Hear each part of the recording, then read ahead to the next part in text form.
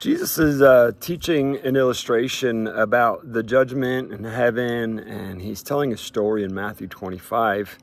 And what he's talking about is the separation from the sheep and the goats and those who will make it.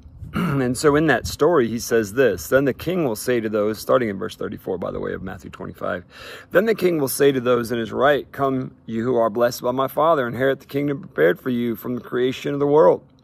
For I was hungry and you fed me. I was thirsty and you gave me a drink. I was a stranger and you invited me into your home. I was naked and you gave me clothing. I was sick and you cared for me. I was in prison and you visited me. Then these righteous ones will reply, Lord, when did we ever see you hungry and feed you, or thirsty and give you something to drink, or a stranger and show you hospitality, or naked and give you clothing?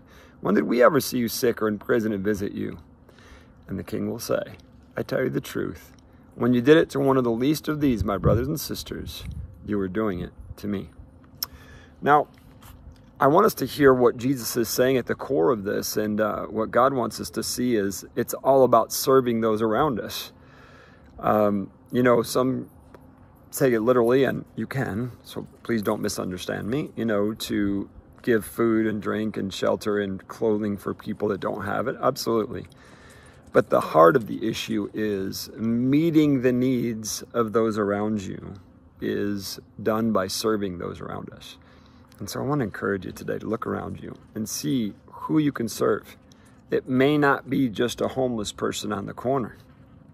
It may be the person that works right next to you, and they need someone to come alongside of them and serve them in some capacity to show them the love of Christ.